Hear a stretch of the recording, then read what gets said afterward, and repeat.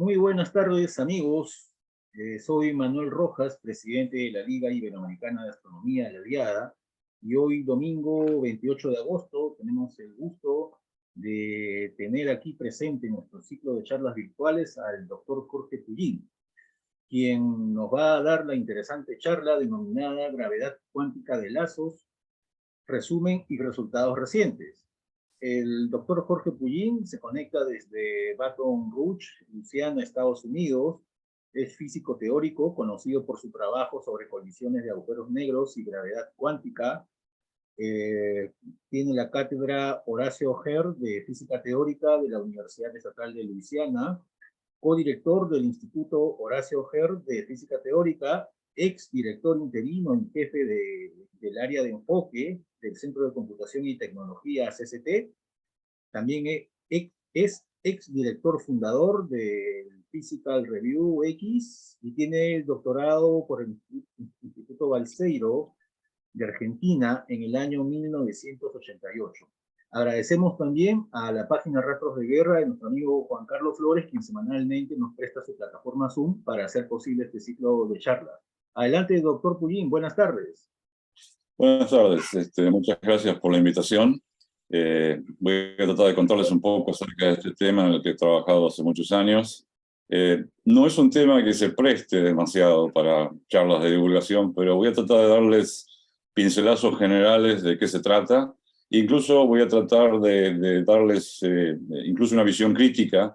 Les voy a contar algunas controversias que rodean el tema, así que no les voy a dar una visión color de rosa únicamente.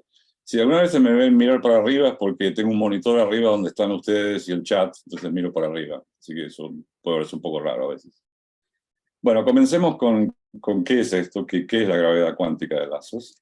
Y la gravedad cuántica de lazos es una candidata a reconciliar la teoría cuántica con la gravedad.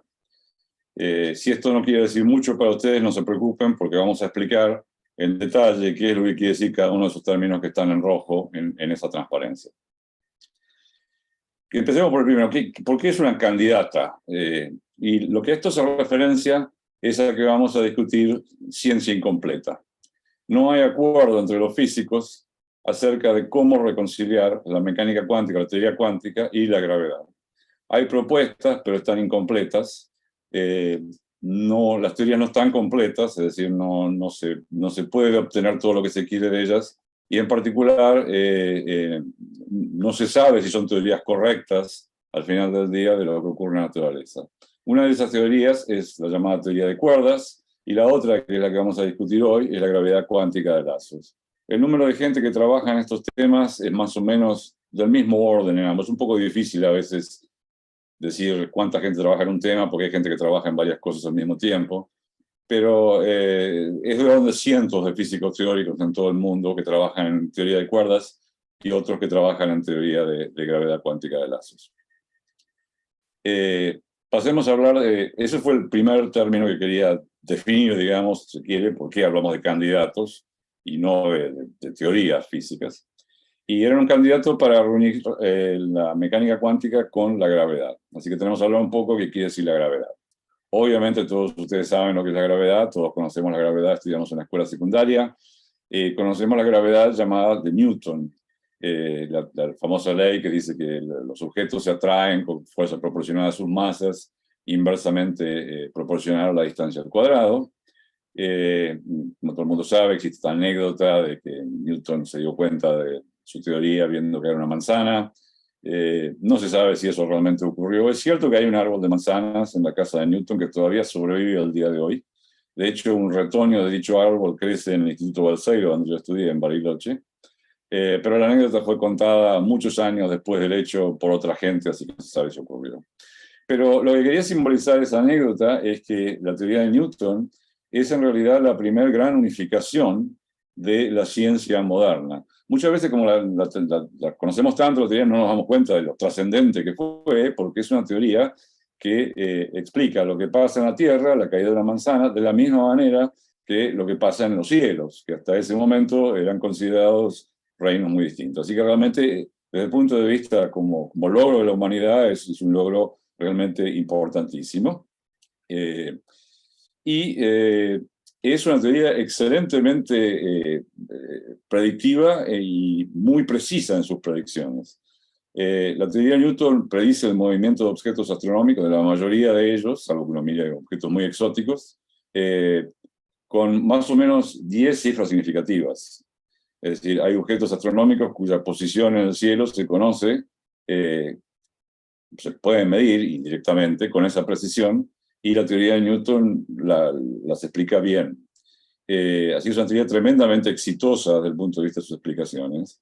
Sin embargo, no explica todo lo que vemos en los cielos. En particular, en el sistema solar existe un efecto que es la precesión del perihelio de Mercurio, es decir, la órbita de Mercurio es una elipse que rota alrededor del Sol, y la teoría de Newton predice el 99% de ese efecto correctamente, pero le falta un 1%. Y eso, entre otras cosas, llevó a que se tenga que considerar una teoría mejor que la de Newton para describir la gravedad. No solamente eso, sino el hecho de que la teoría de Newton, como dice que la fuerza es proporcional a las masas dividida por la distancia al cuadrado, también implica que la fuerza de la gravedad se propaga a velocidad infinita. Si yo cambio este R o cambio alguna de las masas, la fuerza cambia instantáneamente. Y eso sabemos que no puede ser porque, debido a otras teorías de Einstein, en particular la teoría de relatividad especial, sabemos que nada puede viajar más rápido que la luz. Así que conceptualmente la teoría de Newton no está bien en ese sentido, y además no explicaba completamente todo lo que veíamos en el cielo. La teoría que explica completamente hasta el momento todo lo que vemos en el cielo es la teoría de Einstein, la relatividad general. La teoría de la relatividad general es una teoría de la gravedad que está de acuerdo con la de Newton en esos primeros 10 dígitos, pero a pesar de eso es completamente distinta desde el punto de vista conceptual. En la teoría de Einstein, la gravedad no es una fuerza, los objetos no se mueven, por ejemplo, la Luna dando vuelta alrededor de la Tierra, como muestra este dibujo, o la Tierra dando vuelta alrededor del Sol, no siguen una trayectoria elíptica porque hay una fuerza actuando sobre el planeta o sobre la Luna, sino que lo hacen debido a que la Tierra o el Sol o la Luna misma deforman el espacio-tiempo. Entonces, en un espacio-tiempo deformado, la trayectoria más natural ya no es más una línea recta. Si quieren una analogía, sería como si uno toma un colchón y toma una pelota de tenis y la lanza a rodar por el colchón, la deja ir, y la pelota de tenis normalmente seguiría una línea recta. Sin embargo, si yo me acuesto en el colchón y repito el experimento, la pelota de tenis se curva, porque en el colchón curvado la trayectoria más natural ya no es una línea recta. Es decir, esta es la teoría de la gravedad moderna que consideramos correcta y es la que habría que tratar de reconciliar con la mecánica cuántica. ¿Qué es la mecánica o la teoría cuántica? A comienzos del siglo XX se comienza a entender bien la física atómica y subatómica y se nota que la misma no se rige por las mismas reglas que el mundo macroscópico en el que vivimos. En particular, las magnitudes físicas no pueden tomar cualquier valor, sino que toman valores discretos, de ahí viene el nombre cuántico, y en particular eso permite explicar por qué el átomo no decae. Los átomos, ya se sabía de un poco antes, que consisten de un núcleo que es positivo y un electrón negativo, o varios electrones negativos que dan vueltas alrededor. El problema es que el electrón al dar vuelta alrededor es una carga acelerada, y las cargas aceleradas producen radiación electromagnética. Es lo que pasa, por ejemplo, dentro de la antena de un transmisor o la antena de un teléfono móvil. Y eso se lleva energía del sistema. Y si uno hace el cálculo, uno concluiría que los átomos decaen en tiempos extremadamente cortos. Y nada de eso pasa. Los átomos viven años. Nosotros estamos hechos de átomos, las estrellas y los planetas están hechos de átomos. Así que eso está mal, digamos. Eso no puede ser así. Y la teoría clásica es lo que predice, y eso lo arregla la teoría cuántica diciendo que no, que el electrón no puede tener cualquier órbita que quiere, sino que las órbitas están cuantizadas por sus energías y sus radios, y entonces hay una órbita mínima, que es lo que se llama el estado fundamental, y el electrón se queda ahí y no radia cuando está ahí, y es lo que estabiliza los átomos. La teoría resultante, digamos, tiene propiedades bastante sorprendentes. Es probabilística, es decir, la teoría tradicional, clásica, como la teoría de Newton, si ustedes me dan la posición de un conjunto de partículas iniciales y sus velocidades, la teoría predice sin ninguna ambigüedad las posiciones futuras y sus velocidades.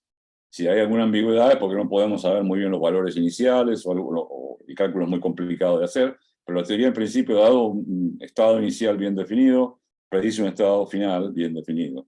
La teoría cuántica no es así. La teoría cuántica, dado un estado inicial bien definido, solo nos dice probabilidades de estados finales. La partícula puede estar aquí o puede estar allá con cierta probabilidad, y no vamos a saber dónde van a estar hasta que uno vaya y las mide. Más precisamente, las magnitudes físicas solo toman valores cuando se las mide. Esto es muy distinto que en la física clásica. En la física clásica sí, está bien. Puede ser que yo no conozca el valor de algo porque no lo medí, pero tiene un valor. En la teoría cuántica eso no es así.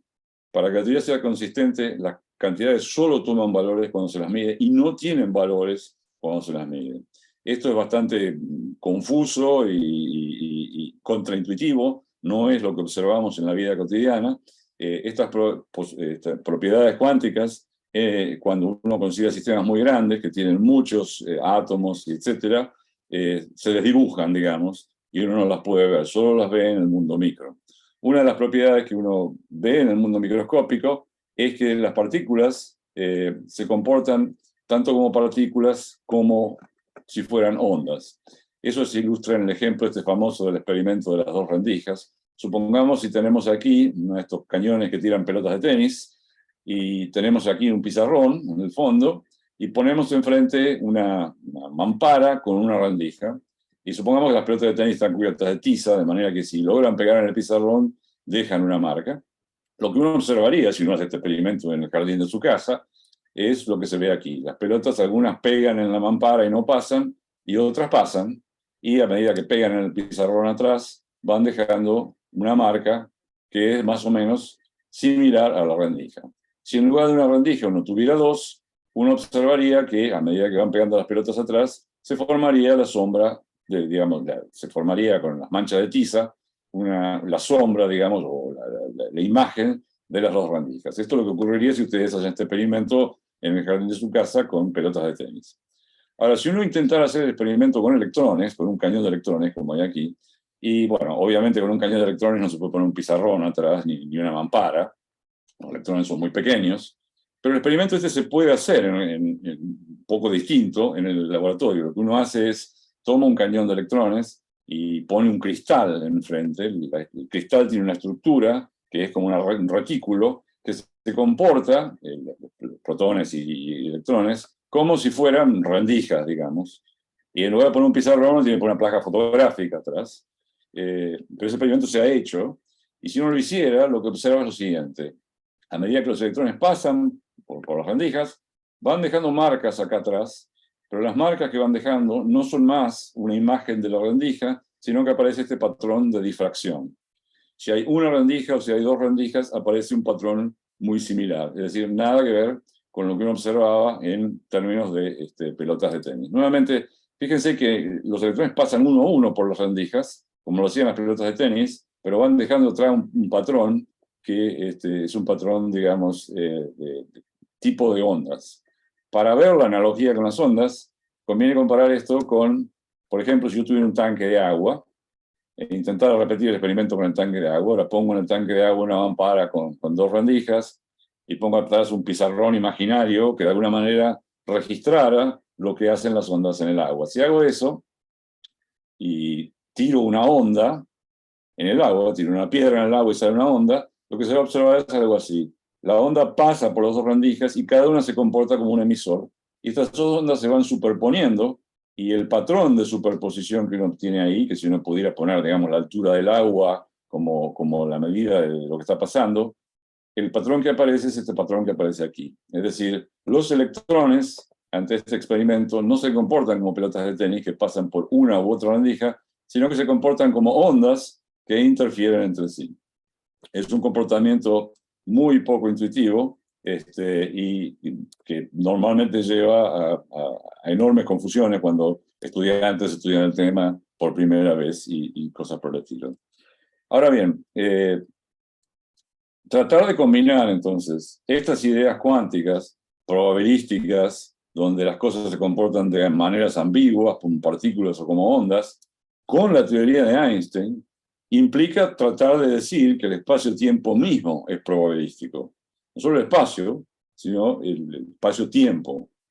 No es de sorprender que todo esto le rompa la cabeza a todo el mundo, aún los físicos teóricos más logrados que haya en el momento. A comienzos de la década de 60, del siglo pasado, se empezó a notar que esta confusión creaba problemas cuando se quería cuantizar la gravedad. Y los problemas persisten hasta ahora. Es decir, cuando uno intenta hacer cálculos, no solo conceptualmente, sino cuando uno intenta hacer cálculos para aplicar las reglas de la mecánica cuántica a la gravedad, aparecen problemas en la matemática. Y estos problemas están íntimamente vinculados a la tremenda confusión que causa el tratar de poner juntas estas ideas que son tan disímiles. Hacia 1986, este físico que está aquí en la foto, Abai Ashtekar, en su momento estaba en la Universidad de Syracuse, en el estado de Nueva York, donde yo pasé un tiempo, un par de años después, en el año 88 llegué ahí, 89, y él mostró que la teoría de la gravedad de Einstein se podía reescribir como lo que se conoce como una teoría de Yang-Mills. Las teorías de Yang-Mills son las teorías que describen las interacciones fuertes y débiles que tienen lugar en el mundo subatómico. Si se quiere, son una generalización de la teoría electromagnética de Maxwell, que tienen muchos campos eléctricos y muchos campos magnéticos que interactúan entre sí. Es una versión un poco más complicada de la teoría de Maxwell y notablemente describen las interacciones débiles y fuertes. Las interacciones fuertes son las que mantienen el núcleo de los átomos compacto. El núcleo está compuesto de partículas positivas que se repelen entre sí electromagnéticamente. Uno podría pensar entonces por qué el núcleo no explota, digamos. Y la razón por la cual no explota es porque está esta interacción fuerte que lo mantiene unido. La interacción débil es un poco más esotérica, tiene que ver con el decaimiento radiactivo de ciertos elementos. Y todo eso está muy bien descrito por estas teorías. Y entonces, cuando Ashtekar mostró que la teoría de Einstein se podía reescribir de esta manera, ello abrió la esperanza de que técnicas que se habían usado para entender estas teorías de Yang-Mills con mucho éxito a nivel subatómico también se pudieran aplicar a la gravedad. Una de dichas técnicas es la llamada técnica de los lazos. Así que voy a contarles un poco de eso. ¿Qué es este asunto de los lazos? Bueno, Michael Faraday, en el siglo XIX, más bien, o sea, empezó su vida en el siglo XVIII, pero luego del siglo XIX, es una historia muy linda de Michael Faraday, porque él tuvo la suerte, si se quiere, o la desgracia de nacer pobre. Y por supuesto, en esa época, si uno nacía pobre, no estudiaba. Entonces él no tuvo educación formal, fue un autodidacta, consiguió un trabajo en una librería y le canjeó al librero que si lo dejaba después de horas barrer la librería, él podía leer los libros hasta la hora que quisiera. Y fue así que se autoeducó acerca de la ciencia. Uno de los problemas que él tenía, por haber sido autoeducado, aprender las cosas por sí mismo, él le costaba mucho la matemática. Entonces, para entender la teoría electromagnética de Maxwell, Faraday inventó una serie de métodos visuales para entender la teoría. Y el método que inventó se conoce como las líneas de campo, que todos ustedes conocen. Si uno toma un imán y tira limaduras de hierro, se forman estos patrones que simplemente nos dice para dónde están apuntando las fuerzas magnéticas del imán. Lo que se ve aquí en términos de limaduras de hierro se puede estilizar matemáticamente, si uno se quiere, formando estas líneas de campo. Estas líneas de campo lo que representan es si uno tomara pequeñas brújulitas y las pusiera aquí en el campo magnético, las brújulitas se alinearían a lo largo de las direcciones del campo magnético.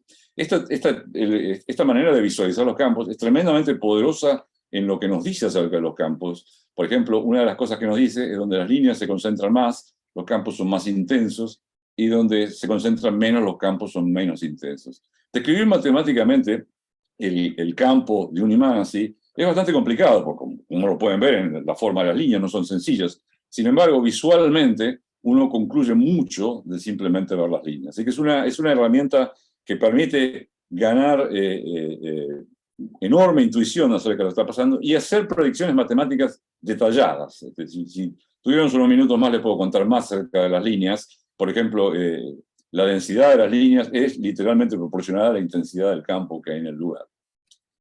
En 1988, Carlo Rovelli y Liz Mollin, estos dos físicos, notaron que, bueno, si estábamos describiendo la gravedad ahora en términos de esta teoría de Yang-Mills, que se parecen a la teoría de Maxwell, se podían utilizar estas líneas de campo que inventó Faraday, los lazos, para entender la gravedad formulada como había dicho Ashtekar.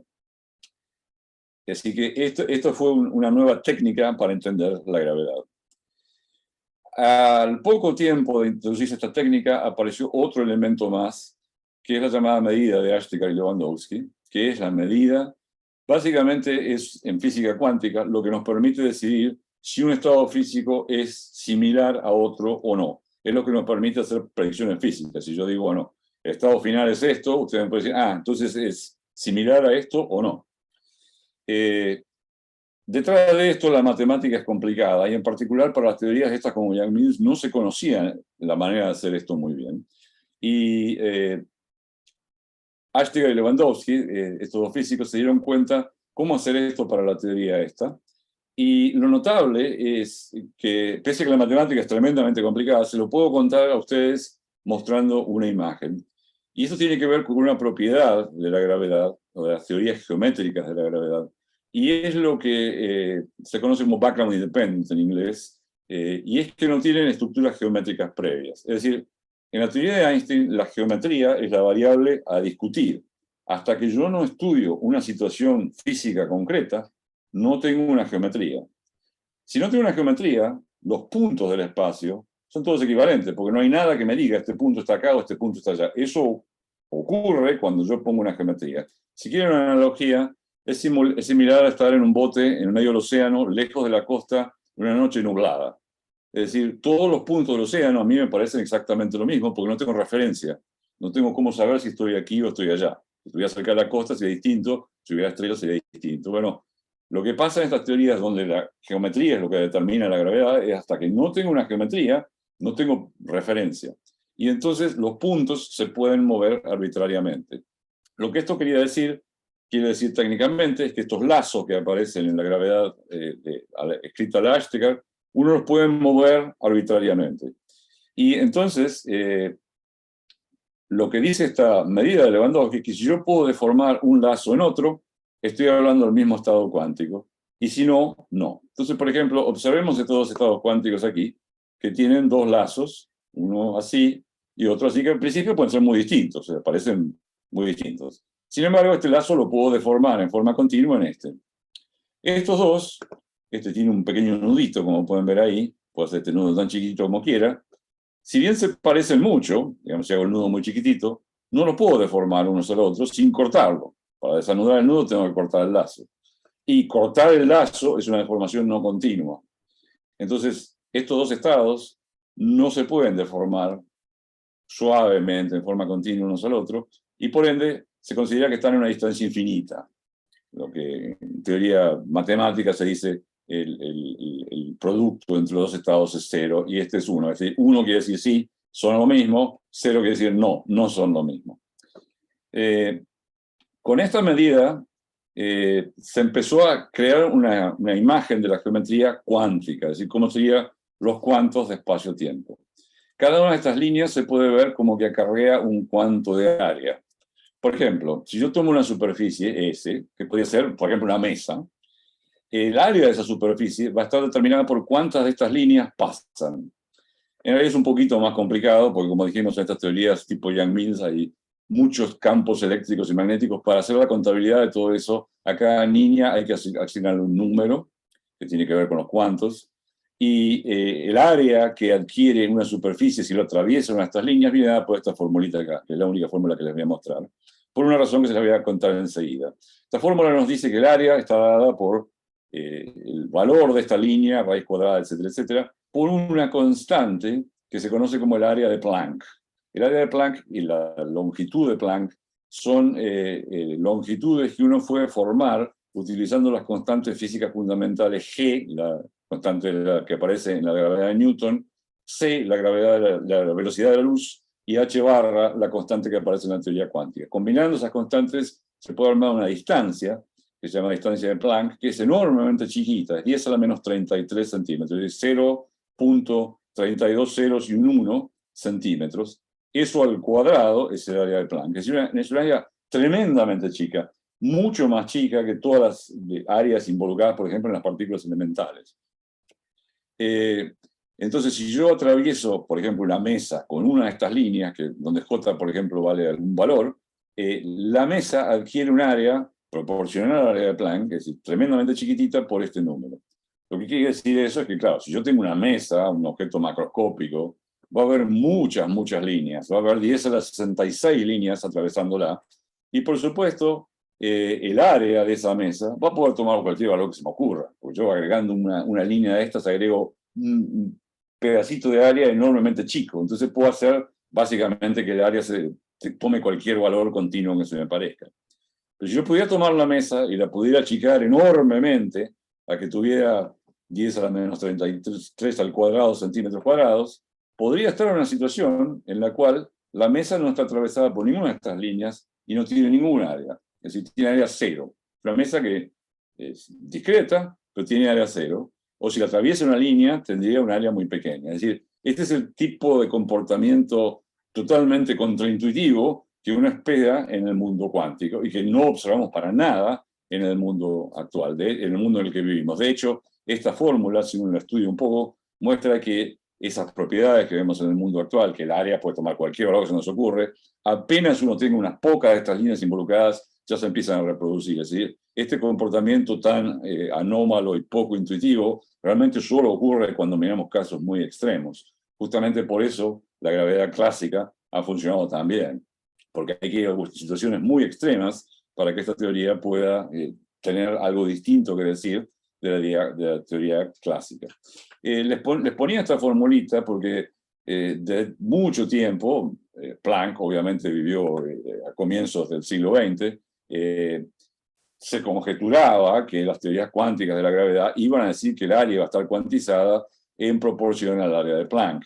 Lo que normalmente la gente pensaba era que acá iba a aparecer un número n por el área de Planck, un número entero, y lo que aparece no es eso, aparece algo específico que encima es muy atractivo porque implica que este comportamiento tan contraintuitivo se pierde muy rápidamente apenas uno va a valores más grandes del área.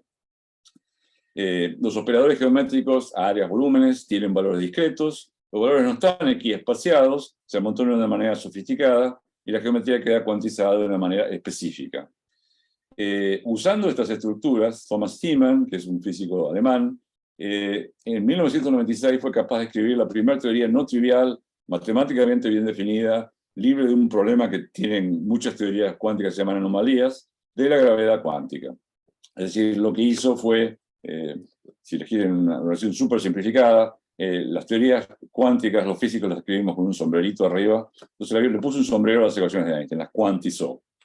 Entonces ustedes dirán, bueno, terminamos, tiene una teoría cuántica de la verdad. Bueno, no del todo. El problema que tenemos es que sigue siendo muy difícil extraer, la teoría es muy complicada básicamente, entonces es muy difícil extraer predicciones físicas de esta teoría.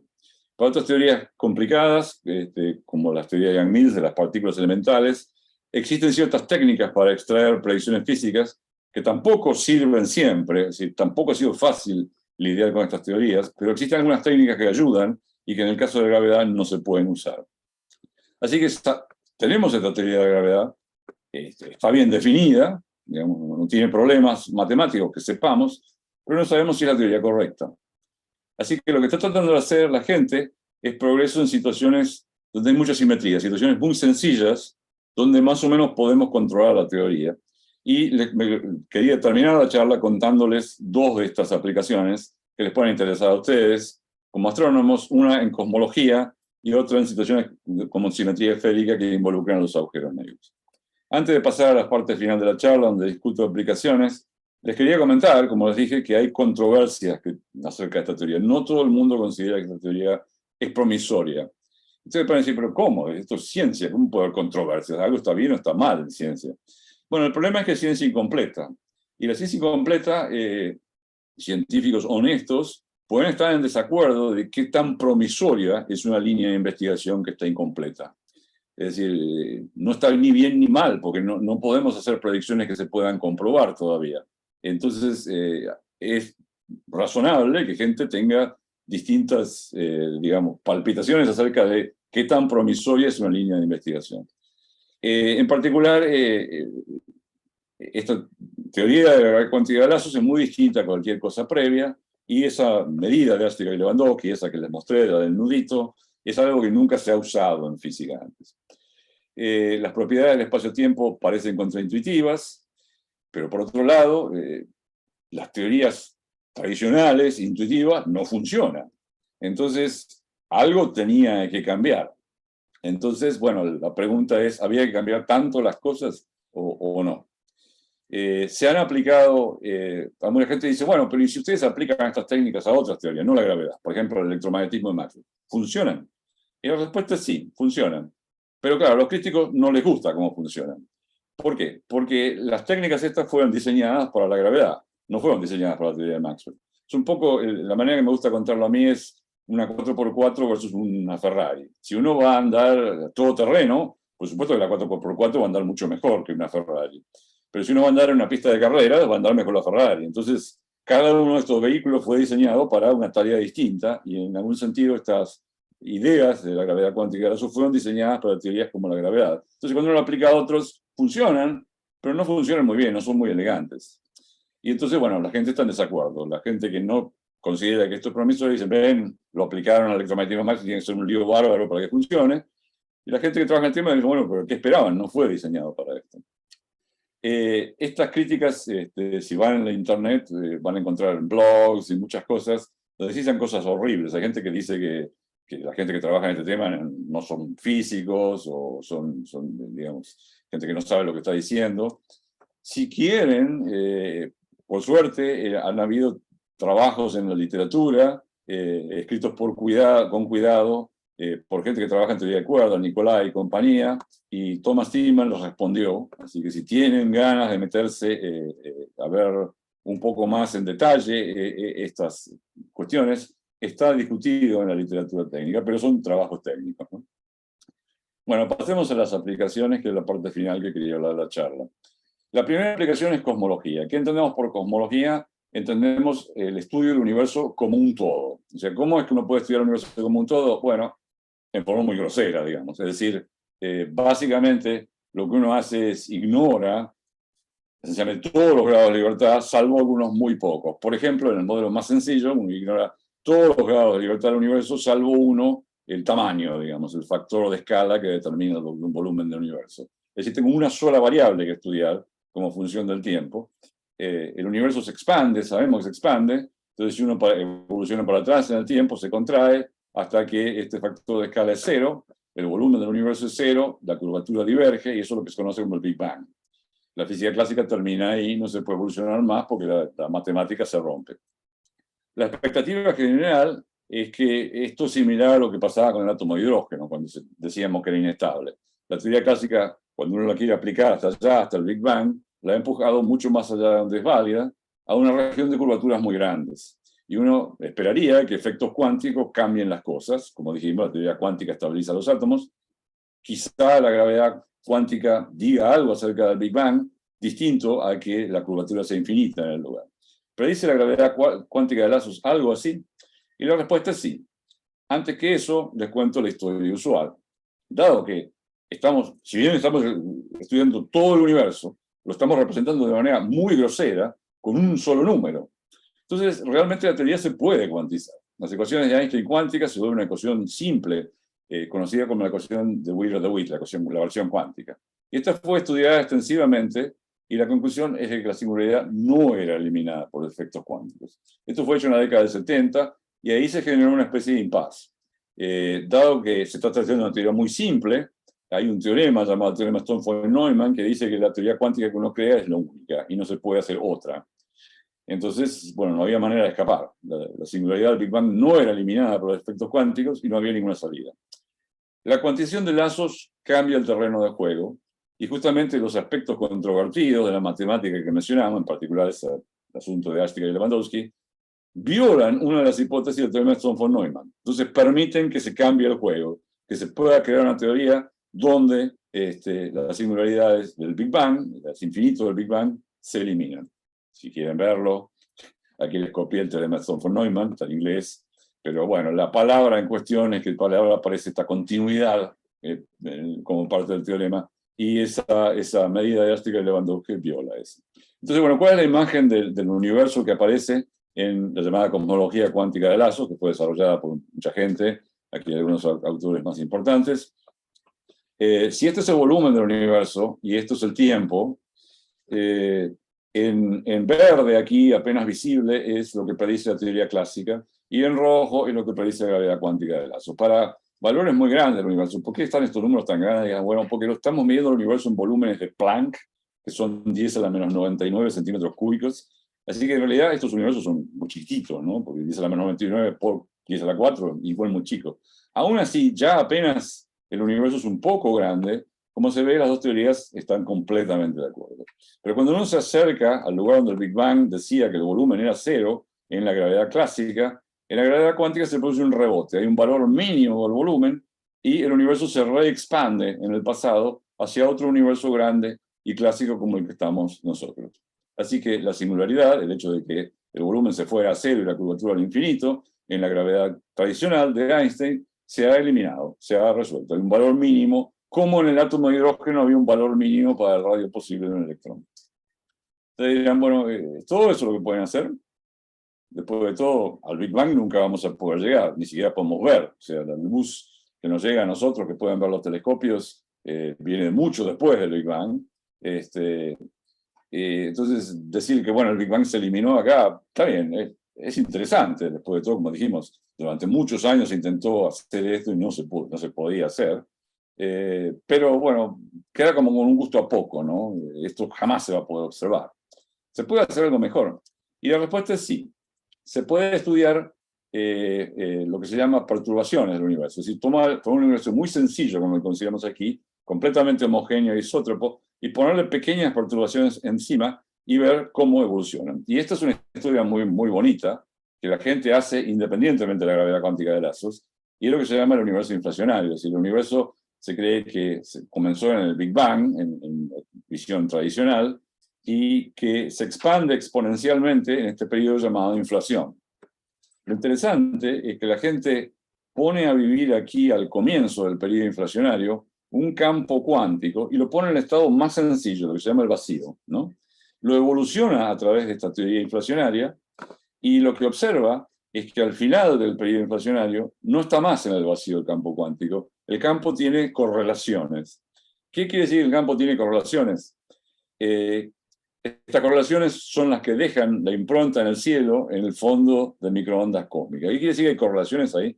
Bueno, el fondo de microondas cósmico, si uno lo mira, parece completamente aleatorio, pero no lo es. Es decir, si yo miro en una dirección y mido su temperatura, y mido en otra y mido su temperatura, y ahora promedio en todas las direcciones que tengan el mismo ángulo, si fuera aleatorio lo que está ahí, cuando uno hace ese promedio, el promedio tendría que dar 0. Pero si uno lo observa y hace ese cálculo, lo que uno observa es que el promedio no es 0. El promedio tiene un valor que depende del ángulo. Aquí están las fluctuaciones de temperatura. ¿Cómo funciona el ángulo con el que hago ese cálculo que dije? Si miro en una dirección, miro en otra y tomo el círculo de todas las direcciones que están al mismo ángulo y promedio la temperatura del fondo de microondas cósmico. Lo que se observa, estos puntos experimentales son los que han medido los telescopios, estos Cove y Planck, los puntos rojos son los puntos experimentales. La curva verde es lo que predice la teoría inflacionaria, es decir, poner el campo cuántico aquí al principio, en su estado más simple, lo evoluciono y aparecen correlaciones aquí que casualmente dan lo que se observa en el cielo. Es realmente una historia muy bonita, una predicción de una teoría, lo más sencillo que puede ocurrir. Si pongo un campo en su estado más simple, lo evoluciono a través de esta teoría inflacionaria y me da estas correlaciones con una precisión enorme. ¿Cuál es la diferencia de la gravedad cuántica de lazos? Aquí, bueno, como dijimos, la gravedad cuántica de lazos, donde estaba el Big Bang, pone este rebote, digamos, hacia un universo previo. Y lo que uno observa es que si uno pone el campo en estado de vacío aquí, al comienzo, la gravedad cuántica de lazos tiene efectos, y lo que hace es que al comenzar la inflación, ya el campo no está en el estado de vacío más, y como consecuencia de eso, cuando uno lo evoluciona, cambian las correlaciones que aparecen aquí. ¿Cómo cambian? básicamente la curva negra aquí es la gravedad cuántica de lazos, y la curva verde aquí es la inflación tradicional. Es decir, básicamente en esta parte del gráfico, para ángulos grandes, esta curva verde, que es la inflación tradicional, la gravedad cuántica de lazos propone algo distinto, un valor distinto. Lamentablemente, como observan ustedes aquí, para grandes valores del ángulo, las mediciones experimentales tienen mucho error. Entonces, por el momento, no se puede decidir si una teoría es correcta o la otra. Pero se espera que aparezcan diferencias, que las diferencias que aparecen se puedan observar experimentalmente pronto. Y los autores involucrados son estos tres aquí. Iván Agullo es un profesor aquí en la Universidad de Estado de Luisiana, está en la oficina al lado de la mía. Abay Astrika es el que comentamos antes. Así que bueno, esto es lo más cerca que se está de una predicción experimental de la gravedad cuántica de lazos, que no está disponible ahora, pero que no va a tomar 100 años, sino quizá una década hasta que se puedan hacer mediciones más precisas del fondo de microondas cósmico, para ver si está más favorecida la teoría de la gravedad cuántica de lazos o la inflación tradicional. Para concluir, quería contarles esta otra aplicación que es en agujeros negros. En 1916, mientras peleaba en el frente ruso, el astrónomo Karl Schwarzschild se encontró con lo que él creyó era la solución exacta de las ecuaciones de Einstein con simetría esférica correspondiente a una masa puntual. Lo de Schwarzschild es muy meritorio. No solo estaba peleando en el frente ruso cuando hizo este descubrimiento, sino que estaba muy enfermo de una enfermedad autoinmune de la piel que lo mató al poco tiempo. Esto lo hizo en enero de 1916 y él murió en mayo de 1916. Así que tremendamente meritorio que haya logrado resolver las ecuaciones de Einstein, algo que Einstein mismo no había podido hacer, para una situación con simetría esférica. La solución de Schwarzschild es correcta y se conoce desde el año 1916. Sin embargo, entender lo que representaba, no se hizo hasta 1964, es decir, 50 años después, y eludió a las mentes más brillantes de la física del siglo XX, tanto Schrödinger como Heisenberg, como Eddington, como Weyl, como Einstein mismo. Todos escribieron cosas acerca de la solución de Schwarzschild que están o directamente mal o están muy cerca de estar mal. Lo que había descubierto sin saberlo él, y sin que se enterara ninguno de esos físicos, que todos murieron antes de que se entendiera esto en 1964, es que había descubierto los llamados agujeros negros. Lo que pasa es que, lejos del origen, la solución se parece sin duda a la de una masa puntual. Pero a medida que uno se acerca, la curvatura aumenta y se genera una región esférica en la cual si uno entra, no puede salir. Uno inexorablemente es arrastrado hacia arriba al cero, donde la curvatura diverge y hay una singularidad. Uno es destruido por fuerzas de marea a medida que se acerca. Lejos de ser objeto de ciencia ficción, se espera que los agujeros negros sean muy comunes en el universo y que se producen cuando las estrellas acaban el combustible de las relaciones nucleares que les impiden colapsar bajo la autoatracción gravitatoria. Es decir, la gravedad trata de comprimir a la estrella, que es una nube de gases y fluido, y como se calienta, se producen relaciones nucleares que generan presión, y eso mantiene las estrellas en equilibrio. Cuando se acaba el combustible nuclear, las estrellas se empiezan a contraer, y eso es lo que permite formar agujeros negros. Bueno, asumiendo simetría esférica, y nuevamente eliminando casi todos los grados de libertad, salvo uno, la solución de Schwarzschild ha sido obtenida en la teoría cuántica de Astrika en forma exacta. Es decir, lo mismo que hizo Schwarzschild en 1916 con mi colaborador Rodolfo Gambini de la Universidad de la República en Uruguay, nosotros lo hicimos para la teoría de Astrika en el 2013. Encontramos la solución exacta y lo que observamos es que cuando, claro, uno se acerca ahí donde estaba la singularidad, ya la geometría clásica no funciona bien y como en el Big Bang, la singularidad se elimina y uno se conecta con otra región del espacio-tiempo a través de dicha región. Es un poco lo que ustedes se acuerdan de la película Interstellar, donde el astronauta se mete dentro de un agujero negro y viaja a otra región del espacio-tiempo que corresponde al pasado, y ahí se encuentra con su hija cuando era una niña, etc. Bueno, aquí pasa exactamente lo mismo, pero no viajamos para el pasado, uno viaja para el futuro, digamos. Viajar para el futuro es algo muy normal, lo estamos haciendo todos nosotros sentados en una silla, ¿no? Estamos quietos y vamos viajando en el tiempo para el futuro, así que no hay nada raro con eso. Viajar para el pasado es muy problemático en la física, así que eso que pasaba en la película Interstellar no es lo que pasa. Es muy problemático porque obviamente si uno puede viajar al pasado puede hacer toda clase de contradicciones. Una periodista de New Scientist malinterpretó esto y dijo que los agujeros son portales a otros universos, describiendo nuestro trabajo. Y bueno, esto hizo explotar al Internet. Cientos de artículos salían en la prensa popular diciendo portales a otros universos, etcétera, portales a otros universos, que no es para nada lo que decíamos nosotros en nuestro trabajo. Notablemente, pese a que el trabajo nuestro es del año 2013, si uno va y pone el trabajo nuestro en Google, encuentra seguramente en China todavía la semana pasada y algún diario diciendo esto.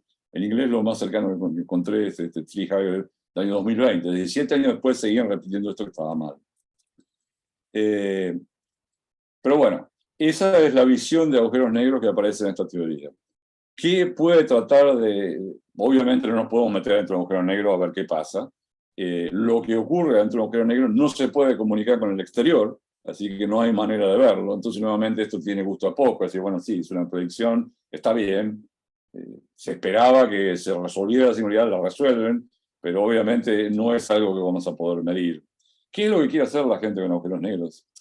¿Cuál es el gran problema abierto? Bueno, en el año 75, y con esto concluyo, Stephen Hawking, mostró que los agujeros negros, de los cuales uno pensaba que eran negros porque nada podía salir de los mismos, en realidad radian radiación de cuerpo negro. Es decir, la radiación de cuerpo negro, si uno toma un objeto como un pedazo de hierro y lo calienta, emite radiación electromagnética. Bueno, a una cierta temperatura.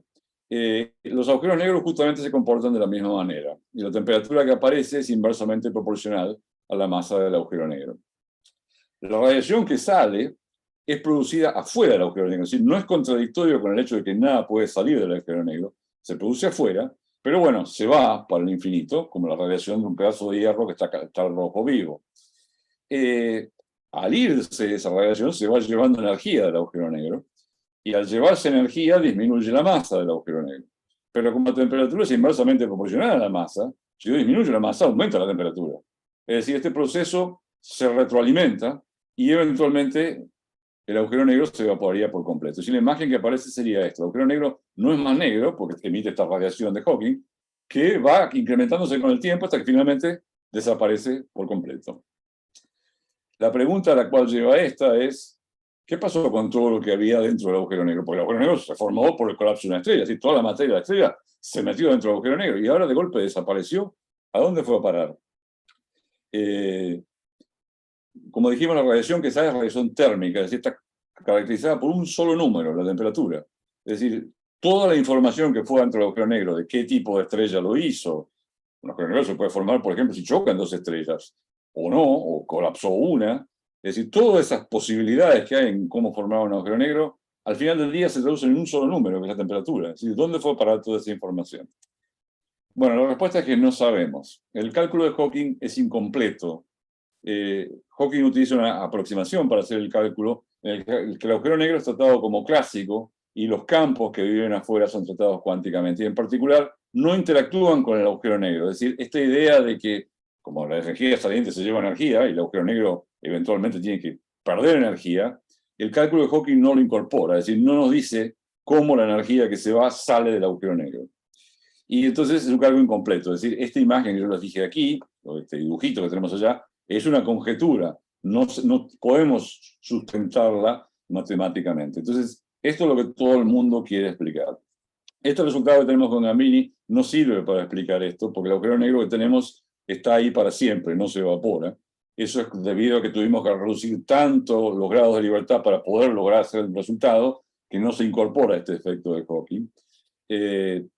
Pero bueno, la idea esta de que en el interior del agujero negro se puede pasar a otra región podría abrir posibilidades acerca de a dónde se iría la información de un agujero negro que se evapora. Eso no sabemos si es cierto ahora, aún. Nadie sabe hacer este cálculo ni en teoría de cuerdas, ni en gravedad cuántica de lazos, este cálculo completo. Y esto es lo que yo llamaría, si bien suena muy esotérico todo esto, yo diría que este es el problema central de la física teórica, al menos fundamental. Física teórica fundamental quiere decir física que se refiere a cómo son las leyes de la física. Hay física teórica tremendamente interesante, como toda la física de materia condensada, que tiene problemas muy, muy importantes tecnológicos, pero esa teoría, esa física, sus leyes fundamentales nadie las cuestiona. Simplemente es cómo se aplican a sistemas muy complicados. Aquí se está cuestionando cómo son las leyes de la física fundamental. Y este régimen requiere relatividad general, porque hay un agujero negro involucrado, la teoría de Newton ya no funciona para eso. Mecánica cuántica, porque el agujero negro este se hace muy chico y la curvatura sube mucho, así que hace falta la teoría cuántica. Y se involucra también la termodinámica, porque como dijimos, tiene asociada una temperatura, todos en sus regímenes más extremos. Y no podemos hacer ninguna aproximación ni sacarnos de encima nada. Hace falta, digamos, poner toda la carne sobre el asador de todas estas tres teorías, y justamente su intersección es lo que nos está costando trabajo hacer funcionar. Esto es, como en mi opinión, el problema central de la física fundamental. El que la pueda resolver realmente va a ser el nuevo Einstein del siglo XXI, si se quiere. Nadie sabe la respuesta hoy en día. No la tenemos en gravedad cuántica de lazos. Como dijimos, hay ciertas insinuaciones, pero no tenemos la respuesta. Bueno, y con eso termino. Resumamos un poco de que fue todo esto. La gravedad cuántica de lazos, como decimos, es un enfoque para cuantizar la geometría del espacio-tiempo. Está basada en matemática novedosa que puede romper atascos de larga data en el tema. Hay gente escéptica de este enfoque y están apareciendo resultados que pueden posiblemente confrontarse con experimentos, y el tema avanza a buen paso. En la conferencia de Loops 2022, que ocurrió el mes pasado en Marsella, hubieron más de 200 participantes. Si quieren saber más sobre el tema, con Cammini tenemos 2 libros, tenemos 3 libros en realidad, pero otro es un libro muy técnico. Tenemos este libro que en inglés la versión fue publicada por Oxford, en castellano por Reverté, que es un libro a nivel de la licenciatura. Tiene fórmulas ya, tiene física, pero un estudiante de física de la licenciatura lo puede en principio seguir con algo de esfuerzo, hasta tiene problemas al final del capítulo y todo. Y este otro libro, Gravedad cuántica de lazos para todos, es un libro para el público en general. En inglés lo publicó World Scientific, en castellano Guadalmazán. Y también tengo un curso en la plataforma edX en castellano, hecho en la Universidad Nacional de Córdoba, que lo pueden ver gratuitamente. Si quieren sacar un certificado de edX, creo que les cobran algo, pero si no, se puede ver gratuitamente, donde están discutidos estas ideas con un poquito más de extensión de lo que pude en esta charla. Bueno, muchas gracias.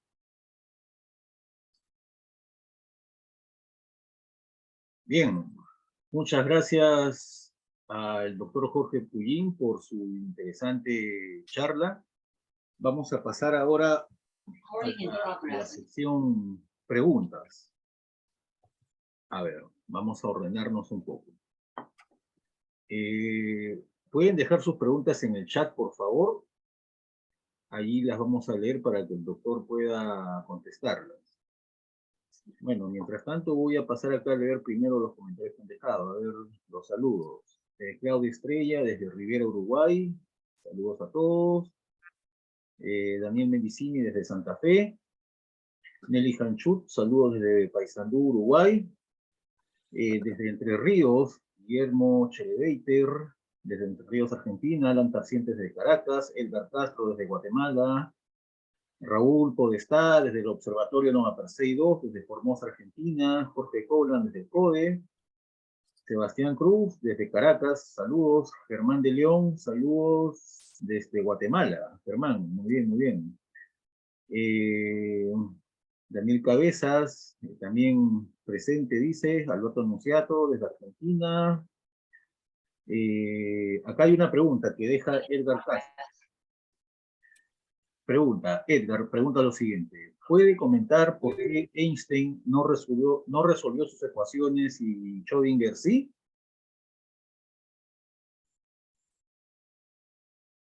¿Se escuchó la pregunta, por favor? Oh, está silenciado. A ver, vamos a ver por qué pasó. Está abierto su micrófono, doctor Puyín.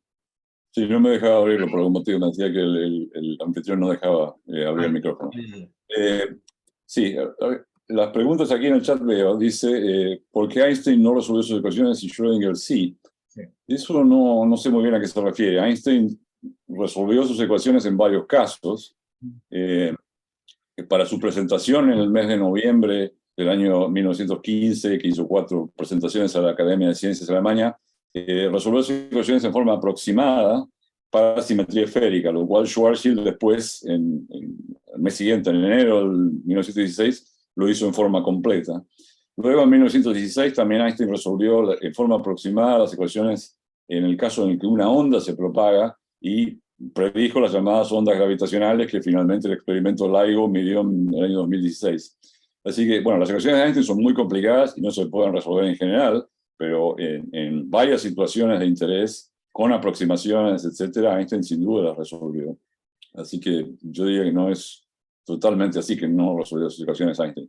Hoy en día, para muchas situaciones de interés, como por ejemplo colisiones de agujeros negros, tenemos que recurrir a supercomputadoras para resolver las ecuaciones de Einstein porque no se puede hacer en forma analítica. Continúo con las preguntas del chat o las eligen ustedes, no sé. No, usted mismo puede ir ahí, como son abiertas para todos, a ver. Bien, alguien me dice profundizar en análisis tensorial, eso me parece para una charla de divulgación está un poco por arriba, así que no lo voy a hacer. Alguien me pregunta, ¿podría explicar las redes de spin? La red de spin son estas líneas de los lazos que pueden intersectarse entre sí, y lo de spin viene por ese numerito que le pusimos, que hace falta poner, porque en estas teorías de Yang-Mills hay más de un campo eléctrico y más de un campo magnético. Faraday, cuando inventó sus líneas, era para un solo campo eléctrico y un campo magnético. Aquí, como hay muchos, hay que llevar una contabilidad de eso, y eso es lo que el numerito ese spin es lo que lleve.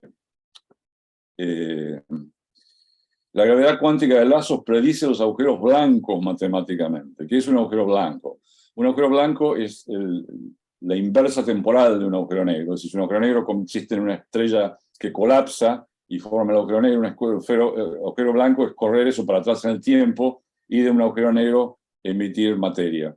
Básicamente no sabemos bien. Hay algunos modelos, algunos cálculos que sí predicen agujeros blancos. Carlo Rovelli en Marsella está detrás de uno de esos modelos, pero no sabemos todavía si es correcto o no.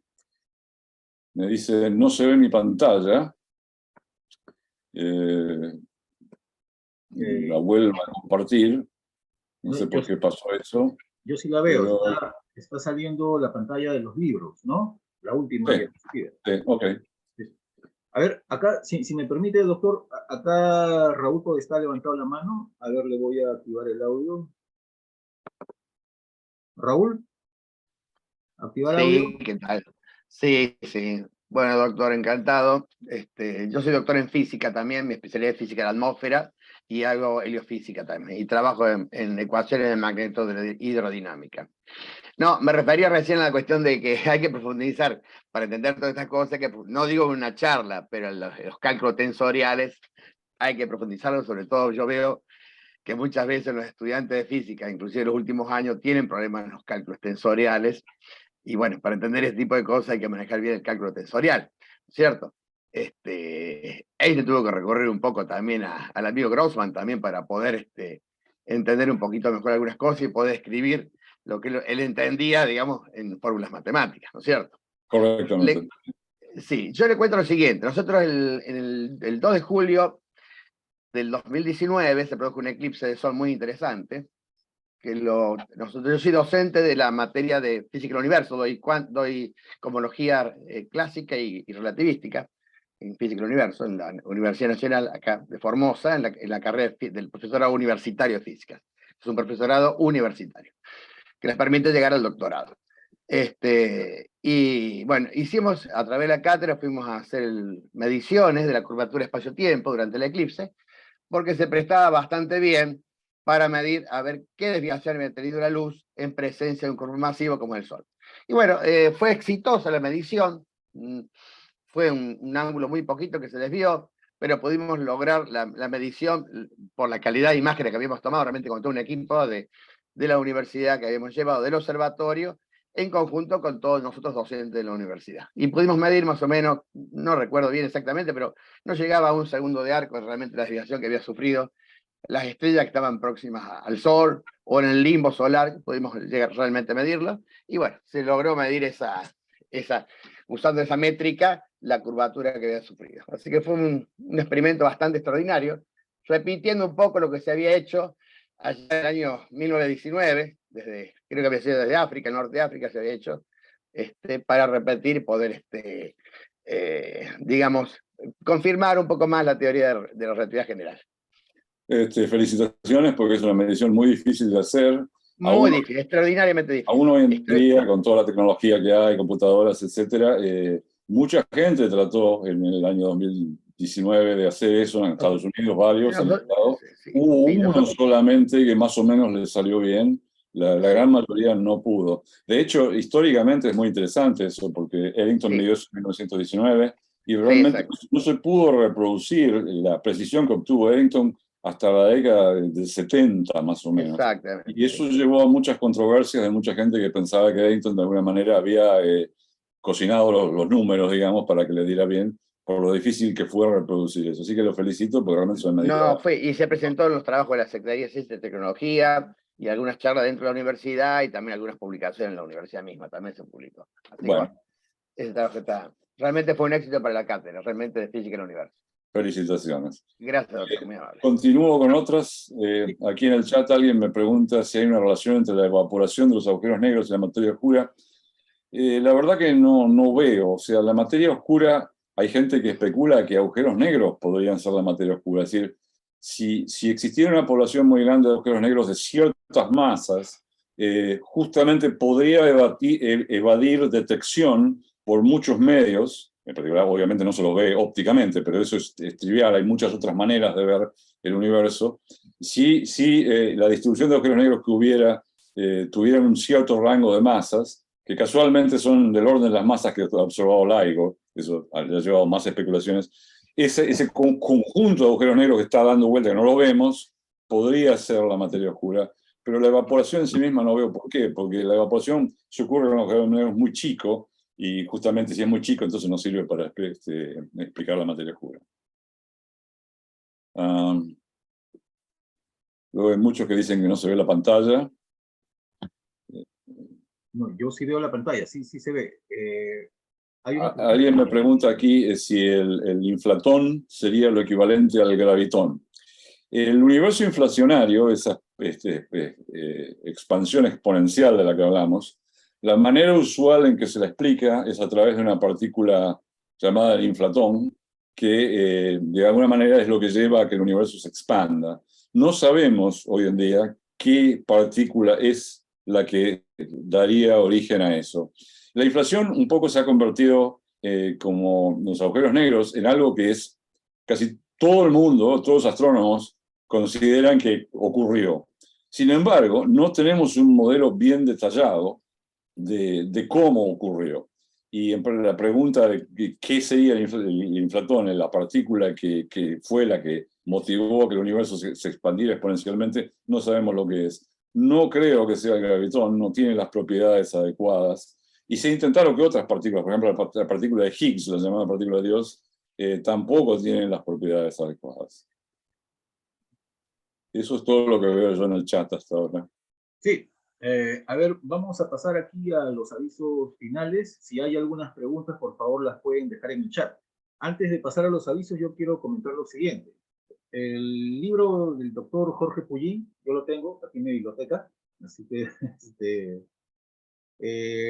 yo tengo formación en ingeniería, así que las matemáticas aquí son algo complicadas para mí.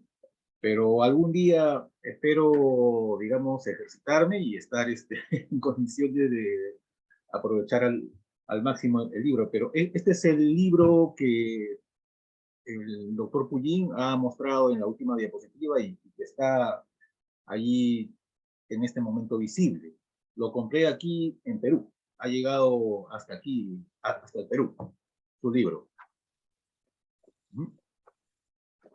Bien, aquí le han dejado una pregunta más al final. No sé si la ve, doctor Pullín. No, la última que... se podría de alguna manera detectar el gravitón a través de las ondas gravitacionales. El gravitón es como a la gravedad lo que el fotón es a las ondas electromagnéticas, es decir, es la partícula cuántica que surge cuando uno cuantiza las ondas gravitacionales.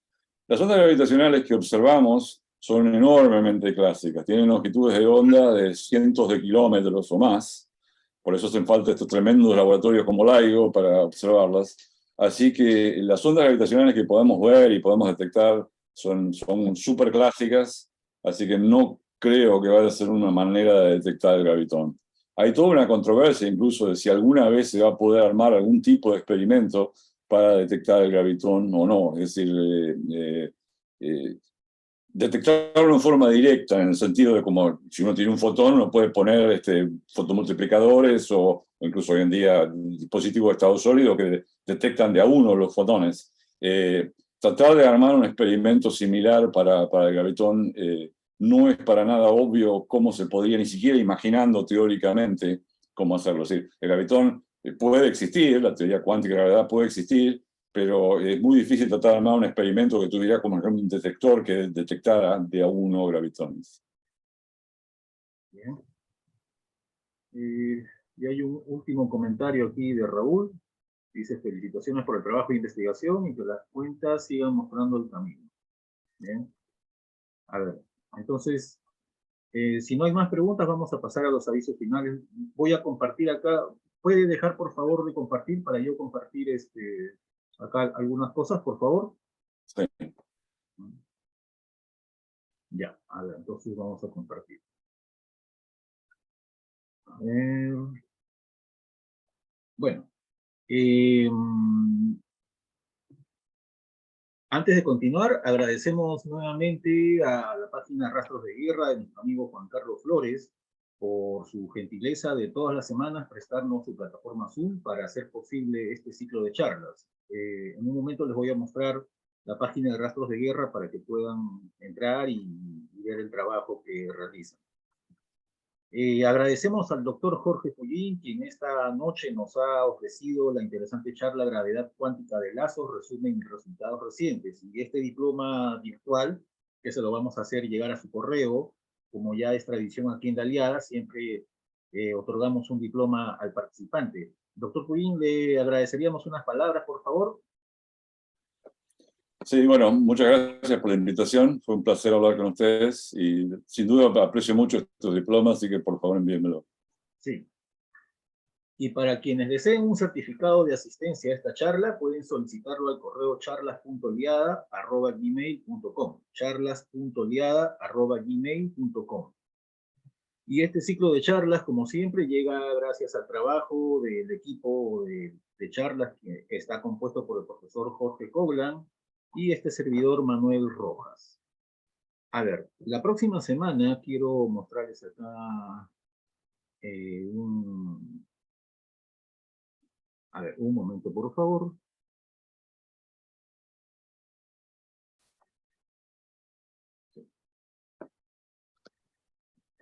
Gabriela, ¿puede activar su audio, por favor? ¿Se escucha? Sí, aquí estoy. A ver, bueno, la próxima semana vamos a tener la interesante charla denominada Astronomía con ondas gravitacionales, a cargo de Gabriela González desde la Universidad Estatal de Luisiana, en Estados Unidos. Gabriela González es profesora de física y astronomía en la Universidad Estatal de Luisiana, lideró la colaboración científica de LIGO en el periodo 2011 a 2017 y participó en el 2016 del anuncio del primero descubrimiento de ondas gravitacionales. Ha recibido reconocimientos de la Academia Nacional de Ciencias de Estados Unidos, de la Academia Nacional de Ciencias y de la Academia Nacional de Ciencias Exactas, Física y Naturales, ambas argentinas. Así que la autora Gabriela, ella misma nos va a comentar algo sobre su charla. Por favor, la escuchamos.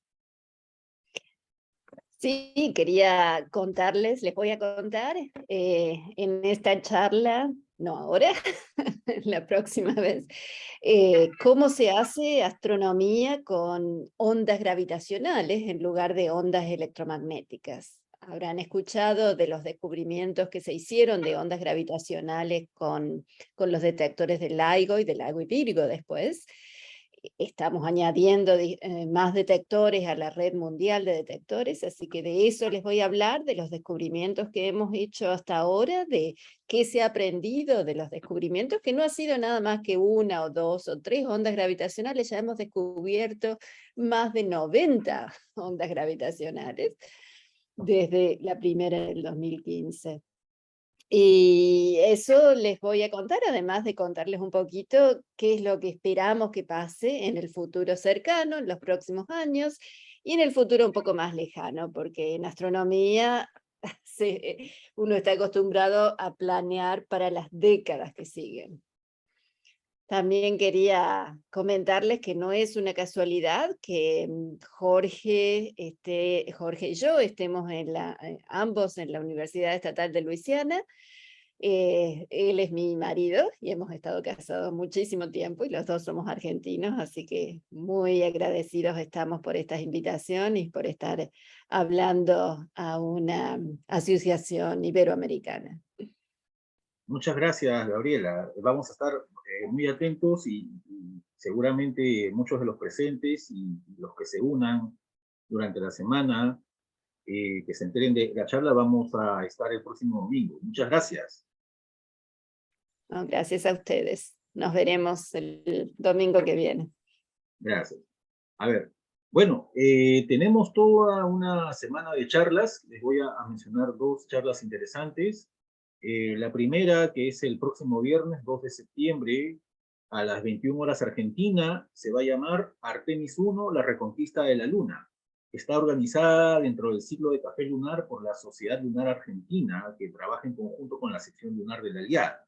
Estará a cargo de Juan Manuel Biaggi, desde Paraná, Argentina, y la va a conducir Alberto Anunciado.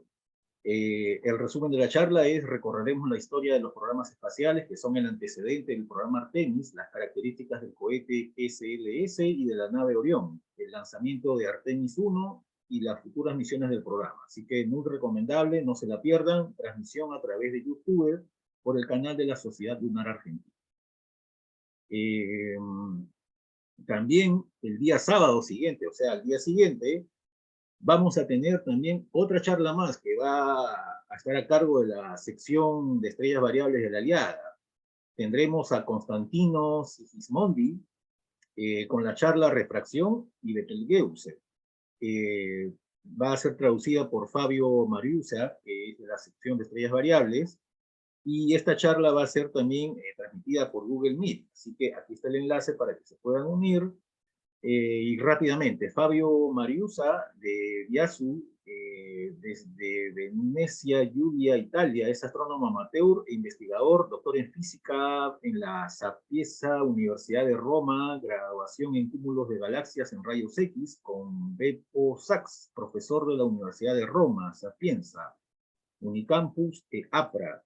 Profesor de física en el Instituto de Roma, Alessandro Volta, profesor de religión católica en escuela secundaria en la diócesis de Roma, e investigador de medidas precisas del diámetro solar. Así que lo tendremos en la charla denominada Refracción y Betelgeuse, del próximo sábado 3 de septiembre a las 18 horas argentinas. Bien, estas son las charlas que tenemos. Rápidamente vamos a pasar. Bueno, ya conocen ustedes nuestra revista Universo de la Aliada, que actualmente está en el número 66 y que próximamente ya sale 67. Esta es la página donde se la pueden descargar gratis, en PDF, en formato digital, para que la lean en el celular, en la tablet, en la computadora, y los números anteriores. Y acá también los requisitos para poder publicar en la revista Universo. También les quiero mostrar rápidamente, esta charla va a ser grabada, está siendo grabada y dentro de unas horas va a ser subida al canal de la Aliada en YouTube, que se llama Aliada TV. Ahí están todas las charlas de los 3 años ya que vamos dando este ciclo de charlas virtuales, que nació a raíz de la pandemia del COVID-19, pero que se ha prolongado por bastante tiempo más y bueno, esperamos que se siga prolongando. Así que ahí únanse al canal Aliada TV para que siempre tengan al tanto todas las charlas que damos. Rápidamente también la página Rastros de Guerra de nuestro amigo Juan Carlos Flores, auspiciador del ciclo de charlas Aliada. Es una página de contenido histórico, militar, peruano y sudamericano en general. Hay varios videos también para que entren y ahí puedan darle un me gusta y puedan suscribirse si desean a la página para que vean todo el material que hay. A ver, por acá, sí. Bueno, siempre preguntan cómo estar al tanto de las charlas. Suscríbanse también acá al Facebook de la Aliada, al grupo de la Aliada, Liga Iberoamericana de Astronomía Aliada, en Facebook, y ahí van a encontrar todas las charlas que semanalmente damos, e incluso pueden compartir ahí sus noticias ahí para que estén al tanto. Y bueno, ahí. Y si no usan Facebook, bueno, pueden unirse a través del Foro Oleada en Google Grupos también, ¿no? Ahí también estamos, ¿no? Eso es un grupo de correo electrónico. Si no usan Facebook, bueno, por correo electrónico también les llega la notificación y ahí están todos enterados de las charlas que hay. A ver, me parece que sí, el último, sí. A ver, vamos con los últimos comentarios, a ver. Sí, Claudia Pivaral, muchas gracias, excelente charla. Edgar Castro, excelente conferencia, muchas gracias. Rodrigo de Brix, excelente charla, muchas gracias. Sebastián Cruz, extraordinaria charla que nos asoma a este nuevo mundo de la física cuántica.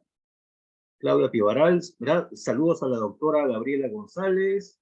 Y Edgar Castro, la recuerdo, un saludo y mi reconocimiento por su gran papel en ondas gravitacionales cuando dio el anuncio. También estaba Kip Thorne, el premio Nobel Kip Thorne. Claudia Estrella Prieto, excelente presentación, felicitaciones al equipo, feliz semana a todos, saludos desde Rivera, Uruguay. Bueno,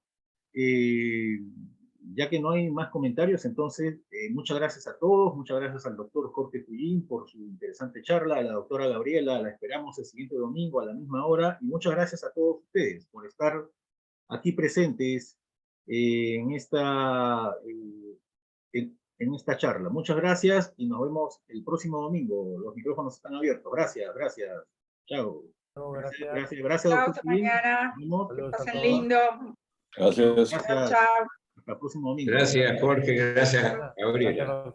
Gracias, Gabriela. Gracias. Nos vemos. Gracias. Gracias.